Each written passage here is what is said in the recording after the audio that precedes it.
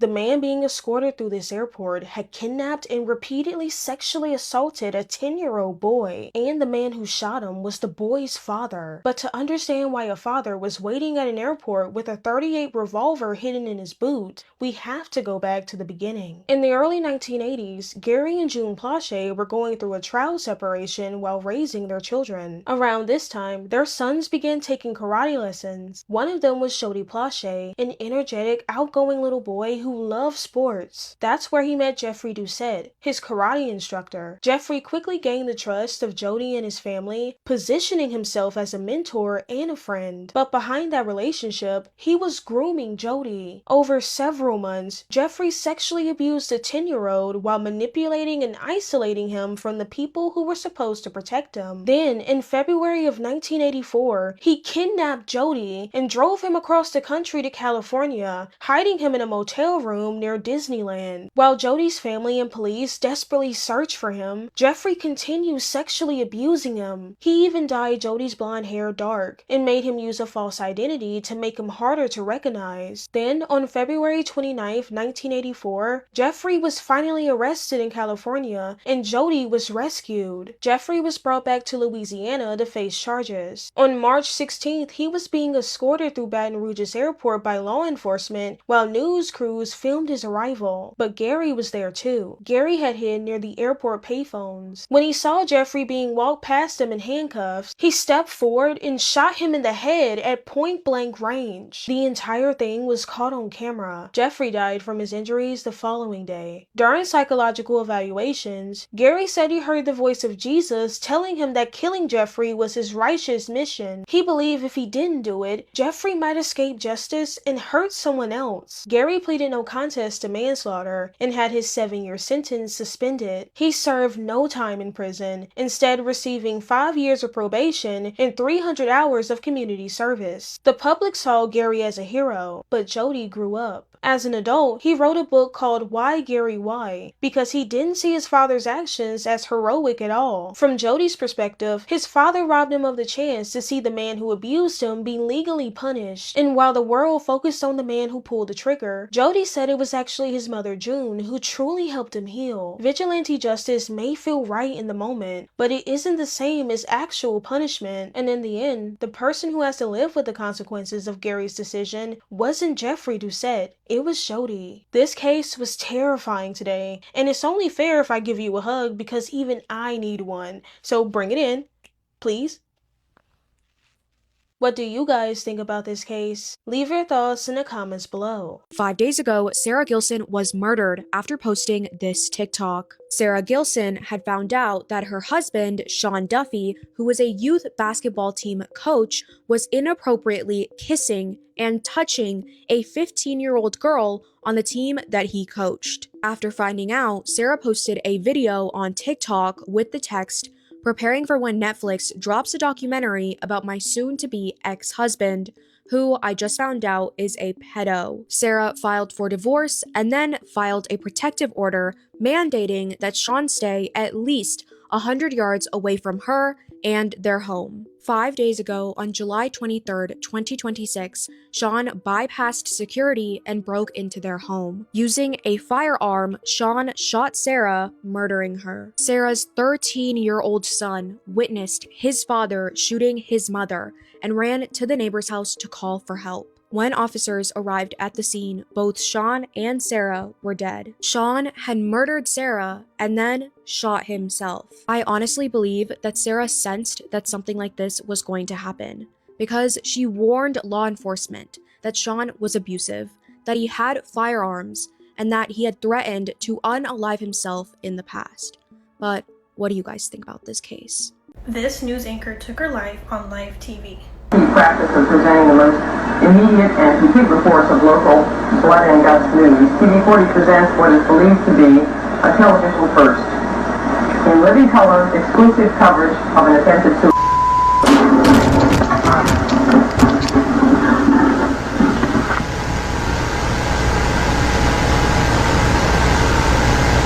On July 15th of 1974, Christine Chubbuck went to work as usual. She was a news anchor who worked at WXLT-TV in Sarasota, Florida. That morning, Christine told her coworkers that she had to read a newscast on live TV. This was something she had never done before, so her coworkers were very confused, but they let her do it. During the first 8 minutes of her program, she covered 3 national news stories.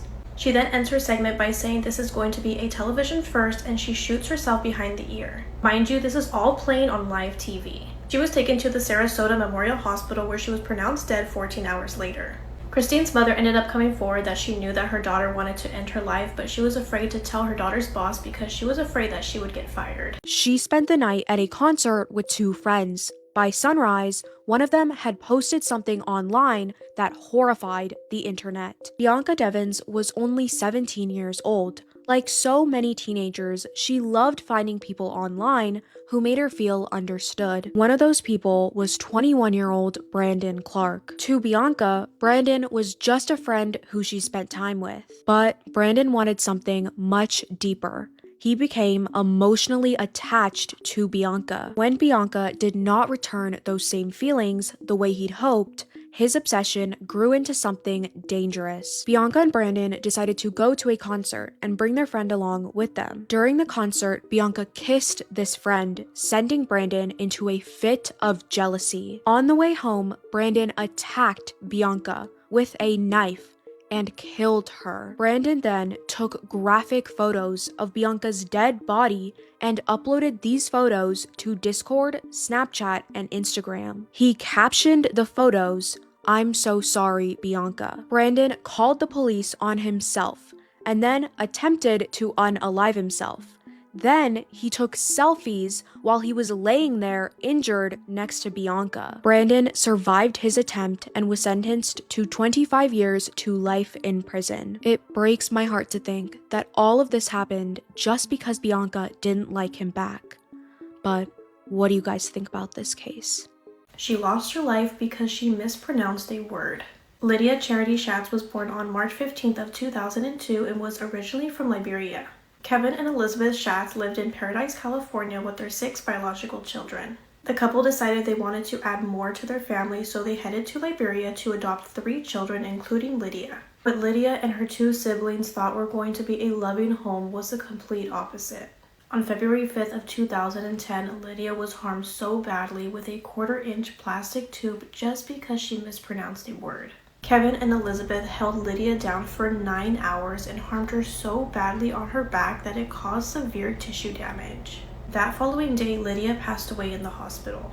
Lydia's 11-year-old sister Zariah was also harmed by Kevin and Elizabeth because allegedly she was a bad influence and a liar.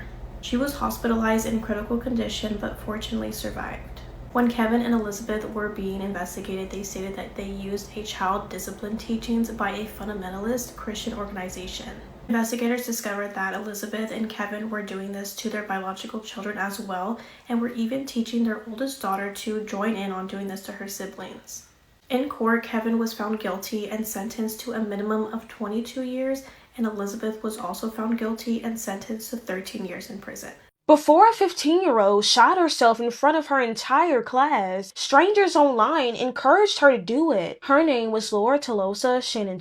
She loved drawing, writing, and literature, but years of relentless bullying convinced her she didn't belong anywhere, not even at Colegio Nacional Rafael Hernandez, one of Argentina's most prestigious high schools. On the outside, Laura looked like any other teenager, but every day when she walked into school, she was met with cruel bullying.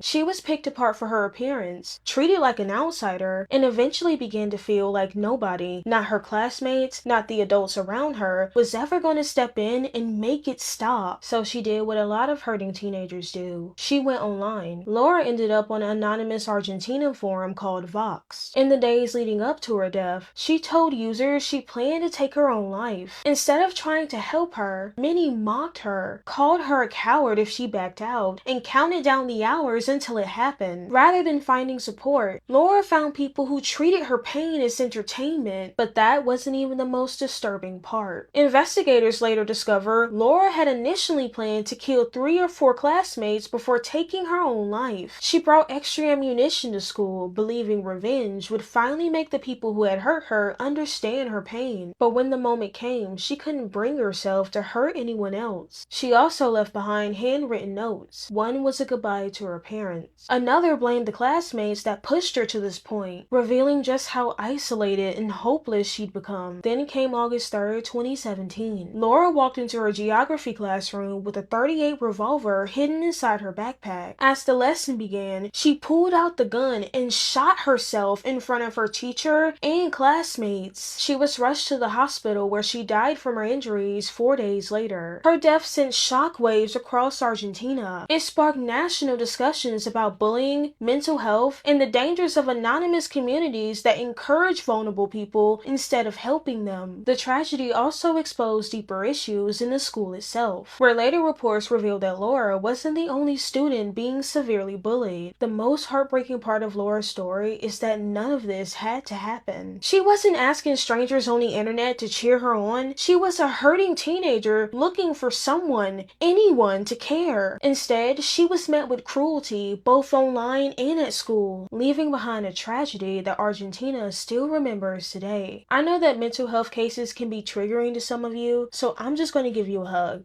Bring it in. With that being said, what do you guys think about this case? Leave your thoughts in the comments below. Have you ever heard a scary noise inside of your walls that you just presume is the radiators or the pipes? Well, do not watch this video if you're home alone, because this case just proves that it could in fact be a murderer living in your walls. It was a cold December night in 1986. Teenager Tina Bowen was living in Massachusetts, and she'd actually been going through a really difficult time. Her mum had recently passed away, and she was struggling to sleep. She was struggling with her mood, obviously. And as time went on, she started to kind of hear strange noises from the walls of her house, which she presumed maybe they were in her head, or maybe actually they were her mum trying to come forward from the afterlife and communicate with her in some way, which was kind of comforting in a weird way. The reality of the situation, though, was so much more horrifying than anyone could have expected. As time went on, the noises started growing more and more loud and more creepy. Gradually, terrifying things started to happen inside of the home. Things like items being rearranged or moved, almost like there was a poltergeist in there, and also milk going missing from the fridge, and the TV changing channel without anybody touching the remote. It was getting so freaky, Tina just knew this could not be her imagination. Then, in the most terrifying discovery of all, writing on the walls started to appear. Messages like, "Marry me and I'm in your bedroom, come and find me." Legit like a real life horror film. Then on the night in question, Tina and her dad came home to a sight that is literally something out of your nightmares. A figure was stood in the wardrobe in the home with a painted face, holding a hatchet. Initially, Tina and her dad were both frozen with fear, but then the figure forced them into the bedroom. Now, luckily at this point, Tina was able to move into a different room and really quickly called the police. When officers raced to the house, they found teenager Daniel LaPlante was the culprit. And this was absolutely mind-blowing to Tina because she knew him. He was a couple of years older than Tina and had previously asked her out, and although she did find him a bit scruffy, he wasn't exactly attractive, she did go out with him, but then she just refused to see him again. So Daniel basically then decided upon this rejection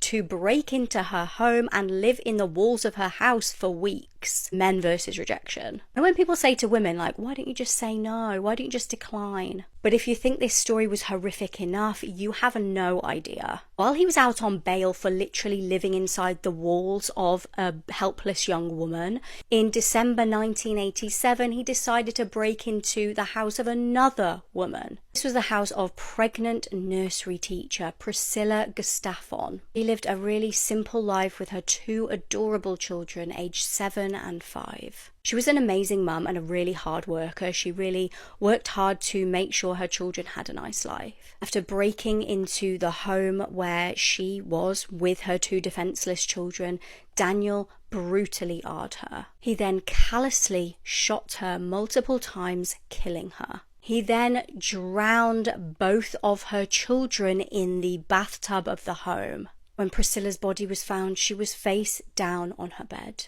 Daniel was given 3 life sentences, but why was he even allowed bail in the first place? I'm sorry, but there's something severely messed up about somebody who breaks into somebody's house because they're rejected and just lives in the walls for weeks. When a perfect high school relationship ends in senseless murder. Emma Walker was a beautiful, sweet, kind, smart cheerleader her freshman year of high school when she met and started dating junior football star Riley. For about 3 years, the pair dated, and from the outside, it looked like the perfect high school relationship, you know, like the cheerleader and the football star. But in reality, that was not the case. Emma's friends and family were really concerned. I mean, not only was Riley super controlling and jealous, he would send Emma these like super aggressive and threatening text messages, threatening to unalive himself if she ever left. And I had a boyfriend that was just like that in high school. It was just super toxic. Emma and Riley, they were on again, off again. It was clearly a super toxic relationship,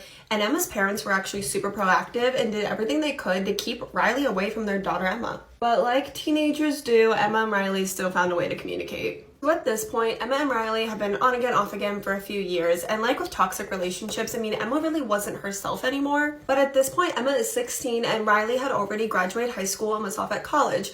And a lot was going on, but Emma was seeing these Snapchat stories of Riley on campus with these other girls. She had enough. She ended things with him for good, and it wasn't long until Emma was acting like her old self again.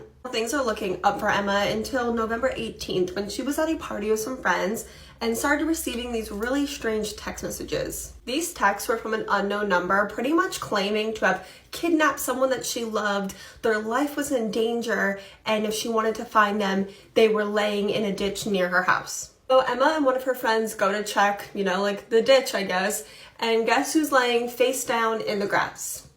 Riley. Riley had this crazy story about how he was attacked, kidnapped, had no idea where he was and how he got there. Strangeness continued for Emma the following morning when she was at her home alone and she was hearing this like aggressive banging like on the door or on the house. So Emma called Riley and asked him to come over because she was scared. So he did, and then not long after, Emma's mom came home, saw Riley on her property, and he's pretty much banned from there at this point, so she swiftly kicked him off of her property. Following night, while Emma's family slept in their homes, her father was abruptly woken up by this loud noise that he described as like a banging. So he checked on his kids and they all appeared to be sleeping, so he kind of just chalked it up that he was hearing things and went back to bed. But Emma Walker was not just sleeping. She had been unalived at only 16 years old. Someone had been shooting at her through the wall while she slept.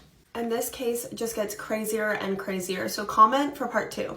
She murdered her friend on Christmas Day because he didn't like his Christmas present. I'm True Crime Caitlin, and this is the murder of Alan Williamson. Melissa Young was born in Perth, Scotland in 1972. She was assigned male at birth, however through her teenage years she realised that she was transgender and so she began presenting as female. Due to this, Melissa would become a target to relentless bullies who would not only verbally but physically abuse her. These other kids would wait outside in gangs so that they could all jump Melissa when she was out and about by herself. Due to this, Melissa's self-esteem was on the floor. She thought really low of herself, and so she would turn to alcohol as a source of comfort, and she would struggle with alcoholism her entire life. By 2002, a now 26-year-old Melissa had moved from Perth to Edinburgh to start fresh. She began working as a sex worker inside of a brothel / sauna house type thing, and the owner allowed her to work there as she had just gone through gender reassignment surgery on the NHS. Melissa was confident, but some of her co-workers thought a little too confident.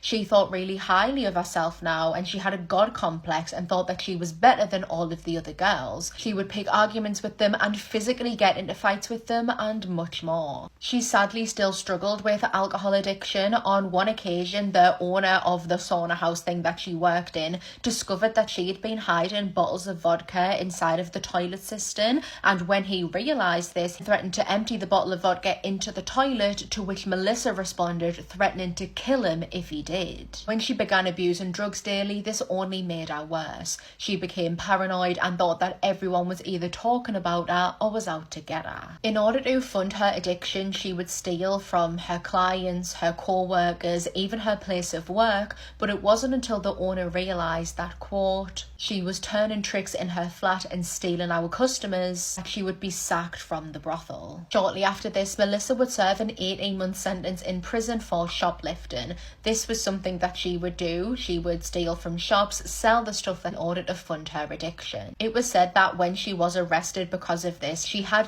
thousands of pounds worth of stock sat in a flat ready for her to sell. After her release, Melissa would find herself back in the courtroom, accused of assaulting and abducting her neighbour, 47-year-old Alan Williamson. All that I could really find out about Alan was that he was a predator, having been charged with R in the past. Melissa had trapped Alan inside of her flat and threatened him with a knife, and this threat was so serious that Alan was genuinely scared for his life. So scared that he jumped out of the balcony of her first floor flat down to the ground below just to be able to escape her. By 2013, Melissa is now 37 years old and living in a first floor flat on Glenua Lawn in Edinburgh. On Christmas Eve 2013, she contacted the police and told the dispatcher that her neighbour, Alan Williamson, was refusing to leave her flat. A couple of hours later, not long after 12:30 am, now on Christmas Day, Melissa, who was high on heroin, called up 999 to report that she had stabbed Alan Williamson. Police were immediately dispatched, and upon them entering the flat, they would discover the body of Alan lay behind the front door, almost as if he was trying to escape but was stopped. Melissa was there and her hands were still covered with wet, thick red blood. And while in the flat, they would recover the murder weapon from the kitchen sink, a 6-inch knife. Alan had been stabbed a total of 29 times, 12 of the wounds being to his chest. Melissa told the police, quote, "The power it gave me was amazing.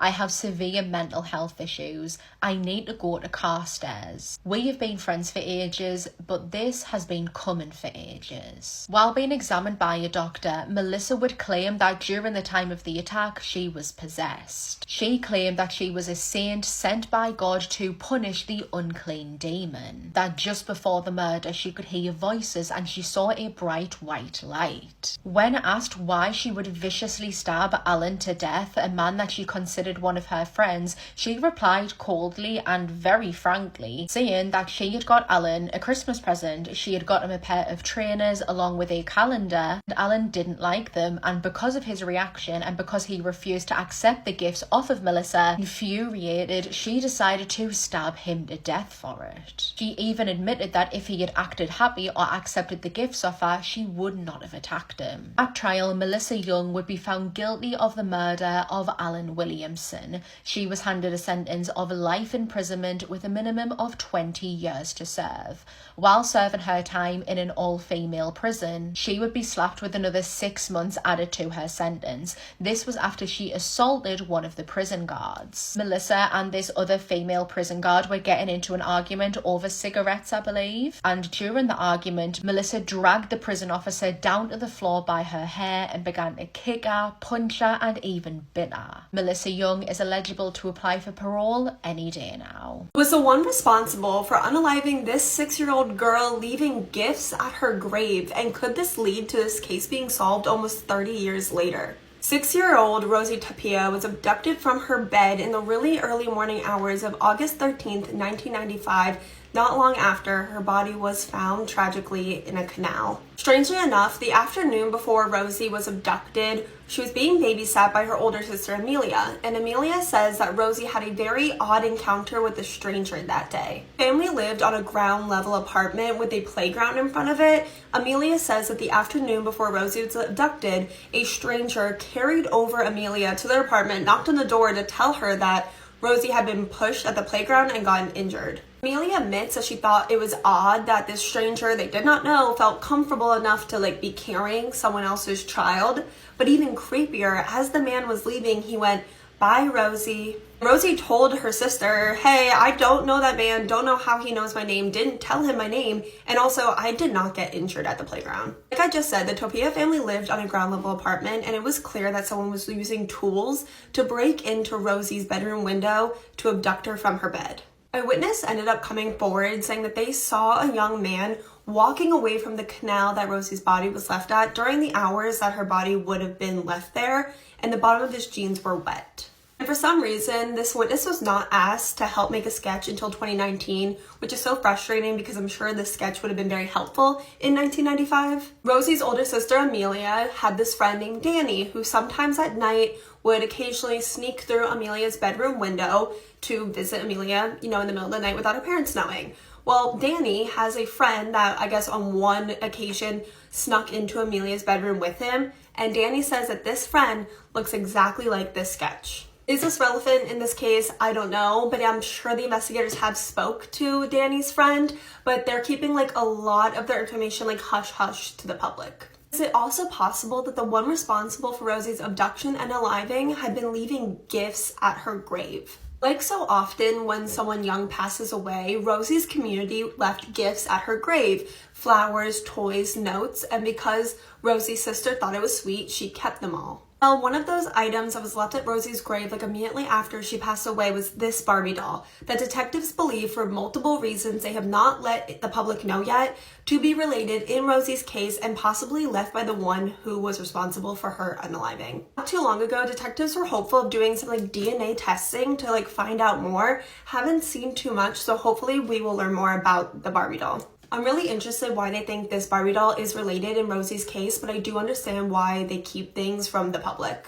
My heart truly goes out to Rosie Topia's family, who almost 30 years later is still looking for answers and fighting for justice. If you got to end this video, thank you so much for listening to Rosie Topia's story. Let me know what you think of all these crazy evidence and crazy theories in this case, and what case you'd want me to cover next. No, I find it baffling, honestly. I'm like, how are you so horrible? Who made you like this? What happened to you? Jane Clough was the firstborn to her parents, Penny and John. She was born and raised in Nelson in the north of England. And from the moment that she was born, she had a passion for caring for others. She was compassionate, understanding, just a caring person. And throughout her entire life, really, she always excelled academically. So by 2007, when she was 22 years old, she followed in her mother's footsteps and became a nurse, securing a job in the urgent care unit of a hospital. And Jane was the kind of girl, the kind of person, the kind of employee that would just make everyone smile. You know that one coworker that you just get so excited to see because they're so great and awesome? That was her. And in an environment like a hospital, that stood out even more. Her coworkers loved her, her patients loved her. Not only did Jane love her job, but she was good at it as well, so it took no time for her to gain respect as the nurse that she was. Only a few months into working at the hospital, a man named Jonathan Vass was hired on as an ambulance technician. He was 27 years old and on paper the perfect guy for Jane. He was charming, helpful, funny, fit, handsome in her eyes. Not to mention the two of them already had a massive thing in common, which was the love and the passion they had for helping people. However, Jonathan's character held a lot more than met the eye. He had a dark side to him that would eventually come out. But not at the start. I guess at the start, Jonathan had this facade that he would put up to get people to like him, and it worked for Jane. She was enamored by him. Her coworkers, on the other hand, they were not a fan of Jonathan, so they just felt like there was something off about him. They thought that he was unprofessional, that he was bad at his job, that he was an awkward guy that made a lot of inappropriate jokes at work.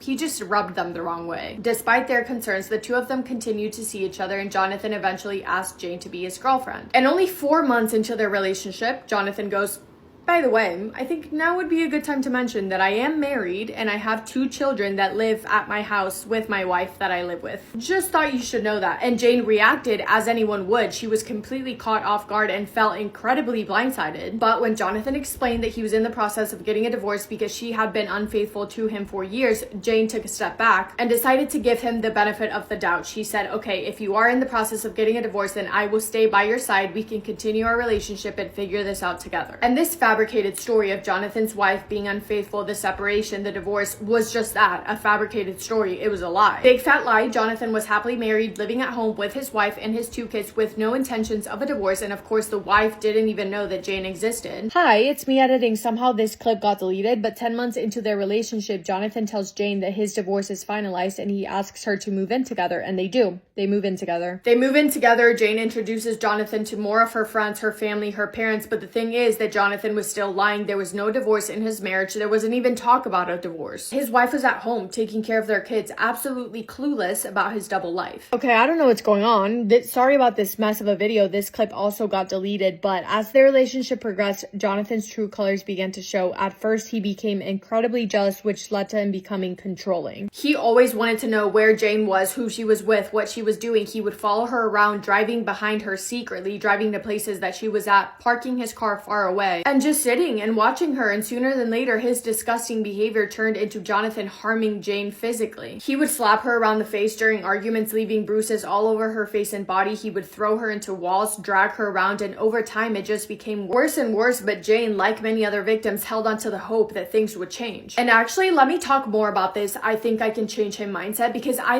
get it is hard to understand if you haven't been in a position like this where it's easy to say, why don't you just leave him? I don't understand why you would stay. But I don't think it's necessarily I think I can change him. I think it's more I can get him back. Because when you come across a narcissist, chances are that at the beginning they're faking who they are. They're being this loving, caring, happy person, and you're meeting them for the first time and you think this is who they are. But when they show their true colors and they're evil and mean and aggressive and violent, in your head, because you've only known a nice version of him, you're thinking this is not who he is. I know that he's loving and caring. I can help him come back to his true self. When in reality, the situation is the true, kind, loving person never existed. It's made up. It's in your head. But that's the version of them that you met first. So you think that's the real them when it's not. And it's a hard reality to accept. At least that's the way that I see it, speaking from experience. I got kind of sidetracked there, but in January of 2009, Jane found out that she was pregnant with Jonathan's child, and she had two strong feelings about this. She was really happy. She was really excited to become a mother. She already had an incredibly nurturing, sweet, and caring personality that would translate into her becoming a beautiful mother. But then she realized how much more this would complicate things, because she was starting to realize that Jonathan was terrible to her, and she knew how much harder it would be to leave him, to end a relationship if now they had a child bonding them. And Jane's parents were terrified for their daughter for the exact same reasons, but Jane knew that her parents would always be there to support her in anything and everything. And she hoped and prayed that maybe having a kid would be a wake-up call to Jonathan, and he would change and be able to love and care for their child, and in return love and care for Jane. But that was not the case. By the time the baby was born, Jonathan's behavior became unbearable. Not only was he physically harming Jane, but he was also SAing her. He SA'd her for the very first time when she was 7 months pregnant, and continued to do so since then. But the breaking point for Jane was when Jonathan SA'd her right in front of their newborn baby, and Jane thought to herself, that's it, I'm done. Now you are not only harming me, but you're harming our daughter, and I will not let her be a victim as well. So she decided to leave him. She made the brave decision to pack up as much as she could and escape the house one day when Jonathan was gone, and she went straight to her parents' house, who took her in and her daughter with open arms, of course, and she confided in them. She told them everything. Her parents were her biggest supporters, and they would do whatever it took to make sure that Jane and her baby were safe. With their help and support, Jane went to the police station and reported Jonathan for 9 counts of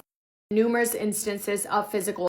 She had a pile of evidence because she had been documenting his behavior in her journals, as well as keeping pictures of her injuries. Jonathan Vass was arrested. And it was then and only then that his wife found out about his double life. She had no idea about Jane, their relationship, the fact that he had been lying about all these night shifts at work at the hospital, because in reality, he had a girlfriend and a baby. Poor wife. Not only to find out that your husband is a lying cheater, but also that he is so horrible that he's been arrested for his behavior. Insane. Anyway, his arrest was great news. It felt like a weight lifted off Jane's shoulders, her parents' shoulders. Jane could finally have her life back, but that wouldn't last for long. Jonathan was being held in a holding cell. He applied for bail twice, was denied, but the third time he was granted bail, let go, free to walk the streets awaiting trial. I don't know how or why a judge could make the decision that Jonathan was too dangerous to be out in society twice, but the third time, sure, let him out. Why not? This was terrifying to Jane and all of her friends and family, because Jonathan was now walking the streets, and it felt like Jane was preparing for him to come attack her at any point in time. She was walking on eggshells, scared that he would jump out and attack her at any point in time. She was so confident that he would, that to her, it was not a matter of if, it was a matter of when. Jane wrote in her diary, quote, "When is this going to end? I know some people think I'm overreacting. They say if Johnny was going to break ball, he would have done it already, but I don't believe that. I'm scared." Another entry said, quote, "What is his plan? What is he going to do? I don't think we will get to trial without him doing something to hurt me in some way. I don't think we've seen the last of him," end quote. She was so scared that she would always have someone by her side, walking her everywhere to and from her car, to ensure that she was never alone. She did not want to give Jonathan a second of an opportunity to be alone with her. On July 25th, 2010, just 2 days after enjoying a night out with her friends and having a good night for the first time in years, Jane arrived at the hospital for her shift around 8 p.m. She parked her car, got out, and decided that she would be okay to walk into the hospital on her own, because she was feeling positive that day. day. She was feeling hopeful about leaving Jonathan and everything that had to do with him behind, but that Sunday, Jane had no idea that Jonathan had been stalking her every move and was waiting in the hospital parking lot for her. He had been waiting for her for an hour. He was tracking her every move. He parked his car far away and rode his bike to the parking lot so that she wouldn't see his car. And as Jane got out of her car to walk into the hospital entrance, Jonathan attacked her, screaming at her, demanding that she drop all the charges against him. And when Jane stood up for herself, refused to do as he said, he attacked her with a sharp weapon over 50 times in broad daylight. Jane tried her hardest. She fought back with the last bit of energy in her body. She attempted to crawl back into her car for safety, but Jonathan made sure that she wouldn't live to see another day. He took the sharp weapon across her neck and fled the scene. And remember, this is all taking place in the hospital parking lot. It only took a few minutes for staff to find her and rush her into the ER, where many of her coworkers were, many of whom were her best friends. And when they saw her, some said that they didn't even recognize Jane. She didn't look like herself because her face and her body had been that severely damaged. They tried absolutely everything to save her, but it wasn't enough. Jane was pronounced deceased shortly after her attack. Jonathan Vass was arrested and later sentenced to life in prison for Jane's murder. Her parents were devastated. Everyone who loved Jane was, but they wanted to make sure, they wanted to fight to make sure that something like this didn't happen to someone else in a similar situation like Jane's. In 2012, Jane's Law was passed, which grants victims of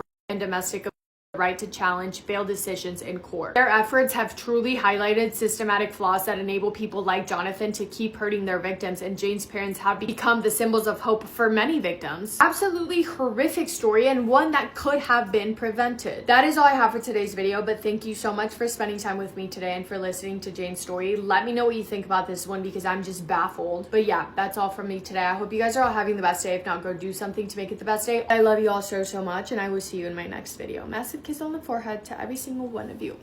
This has always been one of the strangest missing person cases, and there are finally some updates. This is Carly Gousset. She went missing on October 13th, 2018 from her family's home in Chalfont, California. She was officially last seen alongside US Highway 6 in Eastern California. 5 years later, police are now looking for evidence and clues in the town of Tonopah, Nevada. According to an investigator with the sheriff's office in Mono County, California, in March of 2021, his office received a phone call from a recovering drug user who reportedly saw Carly at a party in Tonopah. Tonopah is a historic mining town about 100 miles away from where Carly disappeared. Investigators have not yet released the witness's name or when he reportedly saw Carly, but they have seized a vehicle that they say may have picked Carly up alongside Highway 6 and taken her to Tonopah. This is a major breakthrough as not a single trace of Carly has been found since she went missing. It's like she vanished into thin air. To kind of recap her case, the night before she disappeared, Carly, who was 16 years old at the time, told her family that she was going to a football game at her high school in Bishop, California. But instead, she secretly went to a house party with her then boyfriend and another friend. At the house party, Carly smoked weed, and not long after, she became frantic and paranoid. According to her boyfriend, she became erratic and was scared of the music and him. Carly then called her stepmom Melissa to come and pick her up in Highland Park, which isn't far from the family home. But by the time Melissa got there, Carly was nowhere to be found. She eventually found Carly walking down a dark road looking pale as a ghost about a mile away, and when she got in the car, she was still acting super paranoid and not really making sense. When they got home, Melissa and Carly's dad Zachary tried to calm her down. They believed that whatever she smoked that night was possibly laced with another drug. Melissa spent the rest of the night with Carly trying to comfort her, and she even recorded an 8-minute long conversation she had with Carly in hopes to show her why she should never do drugs again. During that recorded conversation, Carly was sobbing and said to Melissa, quote, "You're going to kill me." In which Melissa replied, quote, "Why would I do such a thing?" Carly can be heard asking to be taken to the hospital, but sadly, that never happened. Melissa eventually went to sleep, and the last time she saw Carly, she was in her bed, and it was around 5:45 that morning. When Melissa woke up for the day, Carly's cell phone was on the counter, the front door was slightly ajar, and Carly was missing. Melissa and Zachary searched the neighborhood, but when they couldn't find her, they called 911. A massive search was launched involving hundreds of volunteers and multiple different agencies, but no trace of Carly was ever found. There were, however, 3 eyewitnesses who claimed to have seen Carly the morning she disappeared. 2 witnesses were neighbors who lived only a few doors down from the Gousset family, who claimed to have seen Carly walking down White Mountain Estates Road holding a piece of paper and looking up at the sky. She was reportedly heading in the direction of Highway 6. A third eyewitness saw someone fitting Carly's description standing in the sagebrush on the side of that same highway, Highway 6. This is the exact same spot where tracking dogs lost Carly's scent. After Carly went missing, her stepmom Melissa started going live on Facebook trying to urge people to help in the search, and a lot of people watching kind of deemed her behavior as suspicious. But again, no one knows how they would truly act when something this horrible happens. Then in 2019, the case was featured on Dr. Phil, where Carly's mom Lindsay said that she suspects that Carly died from a drug overdose, and she questioned whether or not she ever made it out of that house alive. But to this day, police have found no incriminating evidence against Melissa or Zachary. Along with that, they've since both taken a polygraph and they both passed. There's been a lot that has happened since Carly disappeared, such as her dad Zachary being arrested on charges unrelated to her disappearance. In 2021, he was reportedly charged with a felony count of corporal injury to a spouse, but the arrest record has since been removed from the Mono County Sheriff's Office website. Again, this seems to be a domestic violence related incident and not connected to Carly's disappearance. There was also a video on YouTube that went viral from someone dirt biking who claimed to have found Carly or thought they found Carly while in the mountains. They used her picture in the thumbnail and used her story as clickbait. This was confirmed to not be her, but unfortunately, this misinformation spread like wildfire. As of today, 5 years later, Carly is still missing. Anyone with information is urged to contact the FBI at 1-800-CALL-FBI. This is the story of Brianna Greer. Brianna grew up in Sparta, Georgia, born June 14th, 1994. When she was just a baby, she was adopted by Marvin and Mary Greer, and she gained 4 siblings, and they were a close, tight-knit family. As a child, she became an active member in the local Baptist church, and her family described her as smart, vibrant, a very independent child with the hobbies of singing and dancing, and she loved outdoor activities. She attended Hancock Central High School, where she was recognized as a highly motivated student. She had developed a deep passion for the arts, showing talents in both performing and visual arts. Graduating in May of 2012, she went on to attend Fort Valley State University. Driven by her love for animals since she was a child, she wanted to become a veterinarian. But something happened at Fort Valley that changed Brianna. Shortly after leaving home to attend college, while living on campus, Brianna started to experience severe hallucinations, delusions, erratic behavior that was shocking her classmates.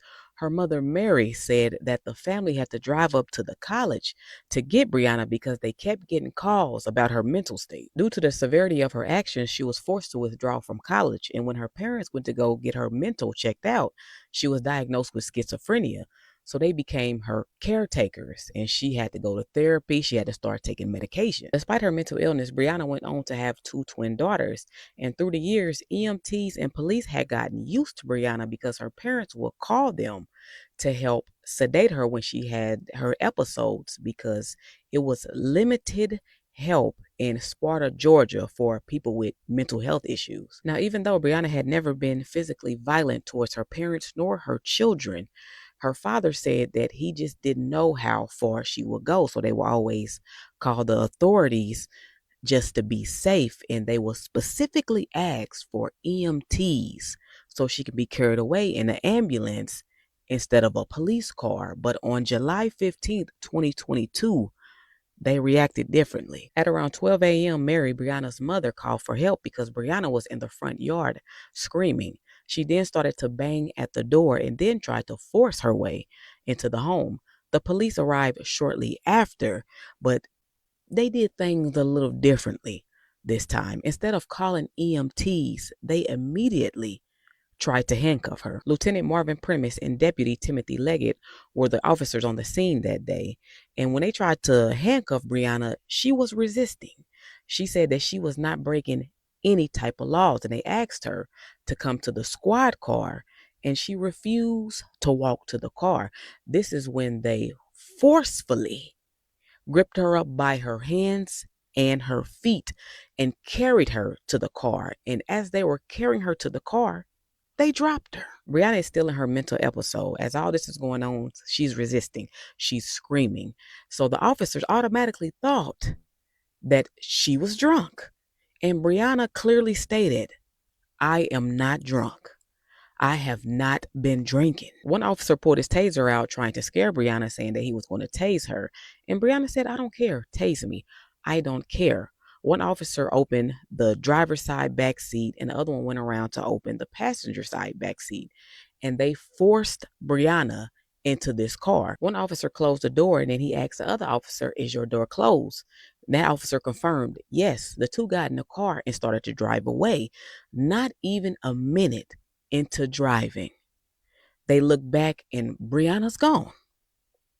Brianna's gone. So they immediately stopped the car and try to see where she's at. And Brianna is on the pavement, unconscious. The officers rushed to her aid and repeatedly started saying her name. And Brianna is in a coma. She's in a coma. She had to get airlifted to Grady Hospital in Atlanta. It was here where they found out that she had 2 separate skull fractures. She had scalp hemorrhage. The impact from her head hitting the asphalt was so severe that it shifted her brain inside of her skull. Her brain was swollen. She was in a coma for 6 days until she passed away on July 21st. But what does this mean for the officers? Because they threw Brianna in the back of the squad car, did not put a seatbelt on her. One officer closed his door, asked the other officer, "Is your door closed?" He said yes, but it wasn't. He had just pushed it up. It never latched because he was too busy thinking that he dropped something in the front yard, so he turned around to go look for it. But instead of pushing that door back up, he just got in the car. Now, Brianna's parents are waiting on some type of justice for this, some type of charges to be filed against these police officers, but they see that it's not happening. And of course, this caused an uproar. Brianna's family, friends, community, protests. They was talking to news, media outlets, trying to get the word out there, but these officers were not charged. They said this was not criminal intent. They said it was a tragic accident, but these police did not mean to harm Brianna. Brianna's parents then filed a $100 million wrongful death lawsuit against the officers. And in September of 2024, they had came to a private settlement agreement. This story was different for me because it's all criminals on my page, as y'all know, but this was bizarre. It left me feeling I don't know. Do y'all think those officers should have been charged for something? Y'all didn't put her in a seatbelt. On top of not closing the door all the way and then get nothing?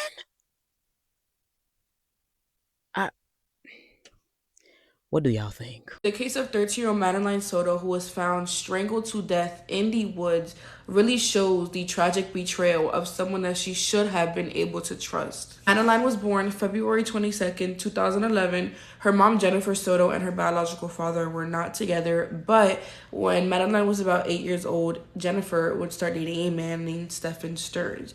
Now, they would eventually move in together, and they got a house in Kissimmee, Florida. Now, Madeline was in her prime childhood years. She was super vibrant, creative, funny.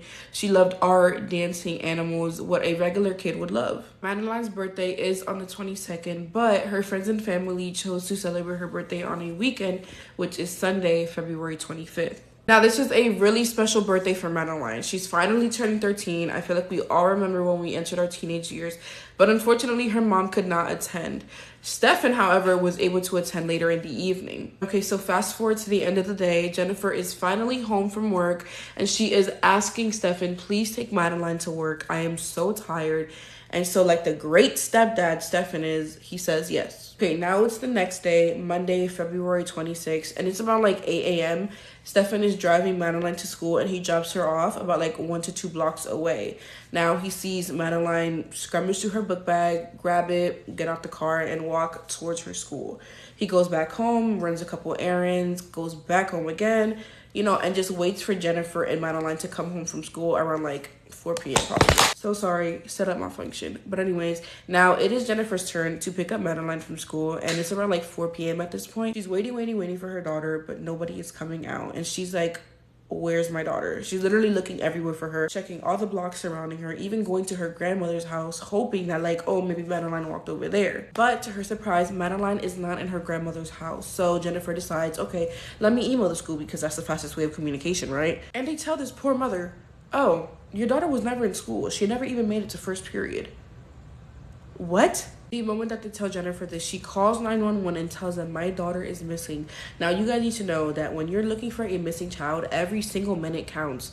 It's been 12 hours since she has last seen Madeline. Rightfully so, Jennifer was absolutely furious that the school never contacted her from the beginning of the day that her daughter was missing. Seeing that it should be obligated to tell a parent, oh, your child is not in school for reasons like this. Now, a few minutes after the 911 call, police immediately arrive to Stefan and Jennifer's house and they start asking questions. Stefan is told to go about his entire day in detail, and that is exactly what he did, sticking to the same exact story that I told you guys. He wakes up, takes Madeline to school, sees her walk to school, come back home, do errands, etc., etc. And Jennifer follows, saying that, yeah, the last time I saw her was before Stefan took her to school and around 7 in the morning when she was getting ready. Now, this is where things get a little bit confusing and Jennifer and Stefan's statements start contradicting themselves. Remember how Jennifer stated that the last time she saw Madeline was at 7 in the morning that Monday. In that same interview, she later said, oh, I actually went with Stefan and saw Madeline get out of the car on the way to school. And then she flips it again and says, oh wait, no, only Stefan took her. This left so many people confused because it's like, okay, did you take her or did you not? How could you forget the most important morning of the day that your daughter went missing? And then Madeline's stepfather, Stefan, was on camera just crying and begging for Madeline to be returned safely. Honestly, everybody in the community was just praying that Madeline was okay. But then on February 28th, 3 days later, an arrest was made. Now, let me just add, the man responsible for Madeline's disappearance shook everybody up. And what's worse is the even deeper secrets that is behind her disappearance. Now, the person who was begging and crying on camera,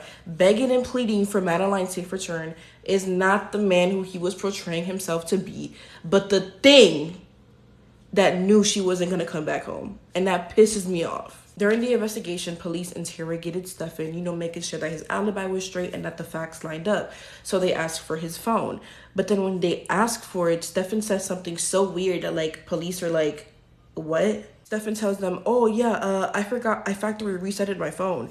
Completely incompetent to the fact that they can still track all documents in history on that phone. Now, when police eventually hacked into this phone, it's almost like the dots started connecting and the police are just questioning, who the hell is this man and what did he do to Madeline Soto? It disgusts me to even say this, but they found over 1,000 images and videos of child pornography on Stefan's phone. All of the photos were taken inside of Jennifer and Stefan's home, and they knew that it was Stefan because of an identifying mark on his. The worst part about it all is that the child in these images and videos is 13-year-old Madeline Soto. And how do we know that? Because the clothes in these images were the same clothing found in Madeline's room. After finding all of this evidence, they immediately go arrest Stefan and charge him with battery and possession of child pornography. Unfortunately, the sheriff made a statement that they no longer believe Madeline is alive, but they have to start preparing to find a body. Police actually find surveillance footage proving that Stefan did not drop Madeline off in school, but instead it's 7:35 in the morning and he is seen in the car with Madeline throwing her book bag and her laptop inside of a dumpster, and at this point police believe that Madeline was already dead when he was in this vehicle. The investigators are dead set in knowing that Stefan has a connection with the disappearance of Madeline. On March 1st, within 1 month of Madeline's disappearance, police received a tip claiming that they saw Stefan on that Monday morning pulled to the side of a road fixing a tire. When police went to go search that area, they found Madeline's body in a wooded area nearby, 45 minutes away from home. After finding child pornography on Stefan's phone, clear surveillance footage putting him as a suspect, lying about his statement, and then a witness claiming to have seen him near the area Madeline's body was found, the police knew, we got him. As of today, Stefan Stern's trial is still delayed. All of his charges surround child pornography and the abuse of Madeline from the age of 8, but prosecutors are working really hard to gather enough evidence to be able to charge him for the murder of Madeline and put him away for good. Now, there is a lot of opinions and allegations of Jennifer, Madeline's mom, saying that she was a part of it or that she knew. I don't know. Let me know what you guys think. But regardless, no child should ever, especially on their birthday, go through such horrific abuse for so long. May she rest in peace knowing that she is no longer in this horrible world. And y'all stay safe out there. Her father gets custody of her and then she just disappears. What happened to Ayla Reynolds? Ayla Bell Reynolds was 20 months old and living in Waterville, Maine with her father and several other family members at the time of her disappearance. She was born to mother Trista Reynolds on April 4th, 2010. Trista would later do an interview and say that her and Ayla's father, who is Justin DePietro, were just friends who had a kid one day. And Justin didn't even think that he was Ayla's father at first, and they had to complete a paternity test. He never had custody of her. Trista always had full custody of Ayla, and Justin would just have visits. Terry Lynn Simpson is an investigative journalist, and she has done so much work into looking into Maine's Department of Health and Human Services, and she wrote a whole article about Ayla Reynolds. She got tons of records from DHHS. So anytime that I'm kind of referring to the DHHS investigation, I'm mainly referring to the article that she wrote. But DHS will get involved with Trista, Ayla, and then Trista's son, who Justin is not the father of, due to what Terry Lynn describes as her son having illnesses of pneumonia and bronchitis.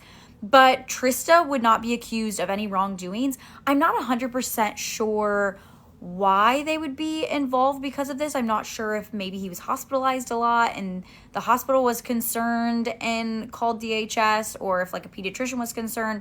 I don't know like the full story of why they would get involved because of this, but they were involved with the family already. But prior to October 2011, Trista has full custody. There's no issues there. But she will make the difficult decision to go into treatment for substance use. Now, she works with DHHS to have her sister watch the kids. Now, Justin agrees with this plan and is fine with it. Jessica gets approved and she'll watch the kids, and their mom will actually also help watch the kids. Now, at this point, Justin lives in his mother Phoebe's basement. His sister Alicia also lives there. He has a girlfriend named Courtney. I'm not 100% sure if she was living in the house or if she just visited frequently. And then there was also another child who lived in the house. Phoebe will somehow get connected with the DHHS caseworker Karen, and allegedly, Karen and Phoebe are related. Now, Dark Down East in their podcast talked about how they're related, and there's been a couple forums that talk about it, but there's no like real reporting on it, and we don't know what the relation is. So allegedly, it is rumored that they are related. Phoebe will call Karen though, and she will tell her that she's picking up Justin, and then her and Justin are going to pick up Ayla. And Karen documents all of this, and it's very bizarre because she clearly knows the laws here. And Phoebe even admits that Justin has yet to go to family court and establish parental rights or anything. And Karen just says, well, DHS doesn't have custody of her and there's no safety plan in place or anything. But Trista is the primary caregiver who's just giving her sister basically the right to take care of her kids while she's in treatment. And Justin can't do anything about that without a judge establishing that. Karen, the DHHS worker, should know this. But for some reason, Karen then calls Jessica to tell Jessica that Justin is on his way to pick Ayla up. Now, Jessica is furious and upset, obviously, and she explains to her that the other caseworker said not to give Ayla to Justin until they had a family team meeting, which was not set up at this point. And Karen just says, oh, well, we've been busy. Jessica tries to explain to Karen that Ayla has not been with Justin for long periods of time, and she just doesn't want her to have to go through that. And then Karen will even document suspected abuse because Jessica talks to her about how anytime Ayla is with Justin, she comes home and has bruises on her, and Justin has stupid excuses for them. That day, Justin goes to the police station and says that he needs to go pick up his daughter and needs an officer to escort him. So that police officer goes to his supervisor, and the supervisor calls Karen, and she says, yep, that's the plan, and ends up giving Jessica's address to this police officer. There's no paperwork or anything. Like I said, this didn't go through a judge or anything. Justin has not established parental rights. Like, what is going on? The officer ends up going into Jessica's house first, and Ayla is happy. She's even trying to interact with him. She's playing, no issues. But Justin comes in and she begins sobbing and trying to get away from him. The officer literally had to pick her up and hand her to Justin. And she was so distraught about it. Now, at some point, Trista will get out of the treatment program, and now she has to fight for custody of Ayla, who she already had custody of. And DHS will just tell her this is a civil matter between parents. What? On Friday, November 11th, 2011, Justin is freaking out because he reported that he was holding Ayla and then ended up tripping and falling on top of her, and her arm was swollen. But he did nothing about it that day. Phoebe, the following day on Saturday, would take her to the ER and her arm was broken. She ended up in a cast. Ayla was referred to an orthopedic surgeon, and Trista ended up taking her to this appointment, and the orthopedic surgeon told her this: the injury was not consistent with the description of how the father said it occurred, and reported that this was an uncommon break for a 19-month-old child. And guess what? DHHS was made aware. On December 15th, Trista files for full custody with the Maine District Court. She does not tell Justin this. On Friday, December 16th, 2011, Ayla remains with her father. Now, allegedly, Justin, Alicia, and Justin's girlfriend Courtney, as well as Ayla and then the other child, are in the home. Phoebe is not. Justin will say that he puts Ayla to bed at about 8 p.m. and then Alicia allegedly checks on them at about 10 p.m. But on December 17th, Justin says that they woke up and Ayla was just gone. He calls 911 at 8:49 a.m. to tell them that his daughter is missing. But then his phone dies during the call, which this is such a minor detail, I know, but I find it so weird because if you were sleeping all night, wouldn't you have plugged your phone into charge? Were you awake all night, Justin? What was going on there? I know it's such a small detail and maybe his phone just didn't charge, but I do find it weird. But he will end up calling 911 back on somebody else's phone, gives the address, and then officers will arrive. I'm going to put photos here so you can kind of see the layout of the home and you can understand it a bit better.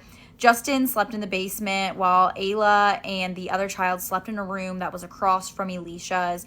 These photos will also help you understand the next disturbing piece of evidence, that in May of 2012, a press conference was held by state police, and they discussed that Ayla's blood was found throughout the house, including in her room, on the couch, Justin's bed, in the basement, and on the strap of her car seat.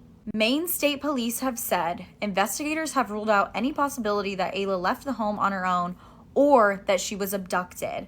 Adults who are in the home are withholding information. Police believe that Ayla is probably dead. As of August 2016, Ayla Reynolds remains missing and nobody has ever been held accountable for her disappearance. Trista Reynolds continues to fight to figure out what the heck happened to her. She filed a wrongful death suit against Justin, Phoebe, and Alicia, but this did end up getting settled on. Justin's family has continued to say that they believe Ayla was actually kidnapped. They're upset an Amber Alert was never put out and that they believe she could still be alive out there somewhere. Trista believes, like many, that Ayla is probably not alive anymore. And I truly believe the Maine State Police do know what happened, but they're just waiting for the right piece of evidence to come up.